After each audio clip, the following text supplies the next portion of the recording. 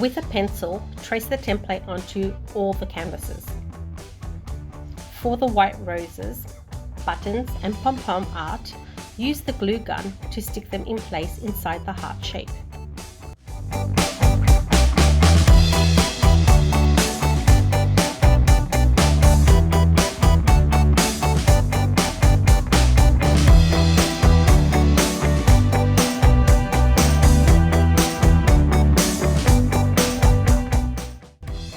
For the glitter, red sequins and cardstock art, use a paintbrush to brush PVA glue inside the heart shape and stick or sprinkle the medium into place.